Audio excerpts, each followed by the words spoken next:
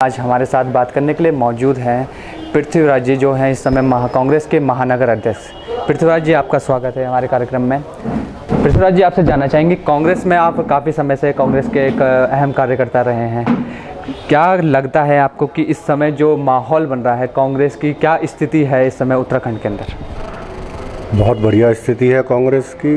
जिस प्रकार से हमारी सरकार, हमारे माननीय मुख्यमंत्री जी, हमारे प्रदेश अध्यक्ष संगठन को मजबूती से, और माननीय मुख्यमंत्री जी जिस प्रकार से लोगों की समस्याओं को दिन रात एक करके कर रहे हैं, उससे कांग्रेस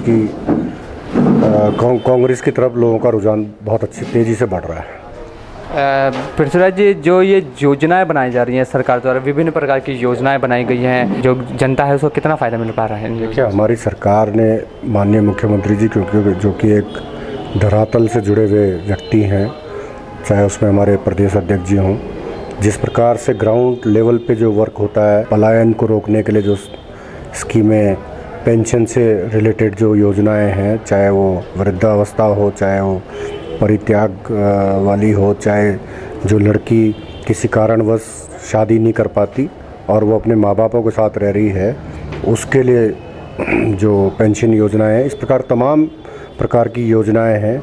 ऐसी चाहे वो एनवायरनमेंट से रिलेटेड हो, जैसे बीच में हरेला पर्व हम लोगों ने मनाया, उसका बहुत अच्छा रिस्पांस दिया, और उसमें बल्कि पर पेड़ एक एफडी के रूप में लोगों को उसके लिए बोनस भी दिया जाएगा। जिस प्रकार से वाटर हार्वेस्टिंग की बात आई है, जैसे बिजली की बात आई है, जो छोटे माइक्रो हाइडल प्रोजेक्ट्स के लिए गवर्नमेंट इनवाइट कर रही है लोगों के लिए, तो उस प्रकार से लोगों को, जो आम लोग हैं, आम लोगों की समस्याएं हैं, जो ज़मीनी स्तर पर लोग हैं, उनके लिए जो योजनाएं तैयार की जा रही हैं वो बहुत ही सराहनीय है और उसका बहुत अच्छा रिस्पांस मिल रहा है। चौहान जी, एनएसयूआई की बात करें या यूथ कांग्रेस की बात करें, कितना इस समय जो उनका स्थिति है वो कितनी अच्छी स्थिति पे है, कितना समर्थन मिल पाता है उन्हें? आने वाले आगामी विधानसभा चुनाव है, कितना समर्थन रहेगा उनका? देखिए, आप क्योंकि हम अपने महानगर में ही देख रहे हैं, तो जिस प्रकार से युवाओं का जो रुझान है और व्यापारी वर्ग हमारे से जो जुड़ा है, हमने अभी व्यापार प्रकोष्ठ का जो महानगर का गठन किया है, उससे जो रिस्पांस मिला है, ऐसी हमने लीगल सेल जो हमारा विधि प्रकोष्ठ होता है उसका गठन किया है। उसके पीछे लॉजिक यही है कि लोगों की जो छोटी मोटी समस्याएं होती हैं उसको हम एक तो प्रोफेशनली काम करता है आदमी, एक हम किस प्रकार लोगों की मदद के रूप में, चाहे उसमें हम जो गरीब लोग हैं उससे कभी कभी हम फ्री ऑफ कॉस्ट उनकी जो पैरवी होती है, चाहे वो तहसील स्तर पर हो, चाहे वो न्यायालय स्तर पर हो, वो भी हम उपलब्ध कराते हैं। तो उसका भी बहुत अच्छा इम्पैक्ट लोगों में पड़ रहा है और व्यापारी वर्ग का रुझान भी हमारी तरफ, कांग्रेस पार्टी की तरफ बहुत। चौहान जी, व्यापारी वर्ग की आपने बात करी है, यहाँ पे व्यापारी वर्ग एक बड़ा तबका है देहरादून के अंदर, उनकी कई समस्याएँ भी होती हैं, क्या आप उन समस्याओं को पूरी तरह से हल कर पाते हैं? हाँ, जितना हमारे तक आता है उसको हम अपने लेवल से, और जो बाकी हम अगर जैसे पलटन बाज़ार के व्यवसाय, हम क्योंकि जो छोटे और मझोले व्यापारी थे, हमारा मेन फोकस उनकी तरफ, क्योंकि आजकल क्या होता है कि लोग मॉल और उस तरफ ज़्यादा है, पर हमने कहा जो हमारे ट्रेडिशनल मार्केट हैं, जैसे प्रेम नगर मार्केट, गढ़ी डाकरा है, धर्मपुर है, पलटन बाज़ार है, उसके लेके भी व्यापारियों की कई सारी समस्याएं हमारे तक आई। जैसे उनकी नो एंट्री वाली प्रॉब्लम थी, वो भी आज हमने खुलवा दिए, तो उससे भी व्यापारियों में बहुत उत्साह है और व्यापारी वर्ग हमारी तरफ। अभी आपने देखा होगा बीच में हमने बंद की कॉल दी थी, व्यापार प्रकोष्ठ ने स्वर्णकार संघों के समर्थन में, उसका इतना बढ़िया रिस्पांस रहा, इतना पूरा बाज़ार लोगों ने स्वेच्छा से बंद किया, उसमें चाहे मॉल हो, चाहे हमारा पलटन बाज़ार हो, चाहे राजपुर रोड की दुकानें हों, चाहे चक्राता रोड। तो इस प्रकार के व्यापारी वर्ग के जुड़ने से भी कांग्रेस पार्टी को मजबूती मिली।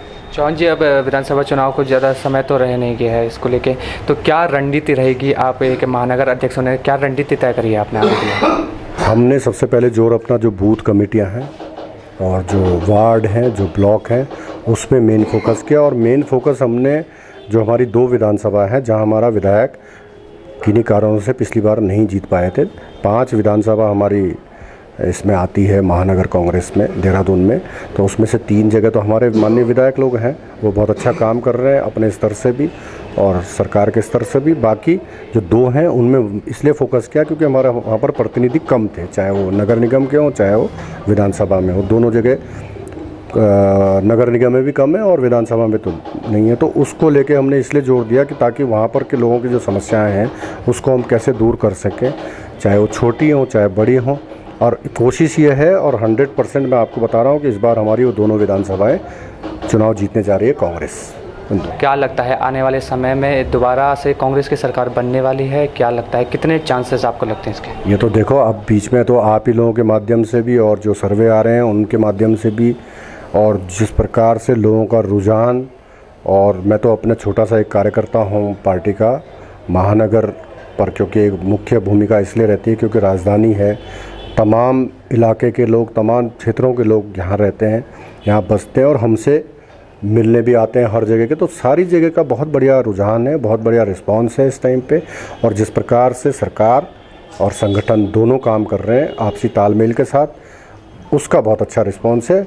और कार्यकर्ता भी जो पहले उपेक्षित महसूस करता था, हम लोग उनके पास जाके कि भाई आपकी कोई प्रॉब्लम संगठन को लेके, सरकार को लेके, तो वो भी आज सब लोग खुश हैं। जो मतलब मैं अपने एंड से बता रहा हूँ, और जो ओवरऑल पूरा उत्तराखंड का जो निवासी है वो भी क्योंकि आता है, तो उनसे भी जो फीडबैक मिलता है उससे बहुत मजबूती की स्थिति में हम कांग्रेस पार्टी इस टाइम पे है।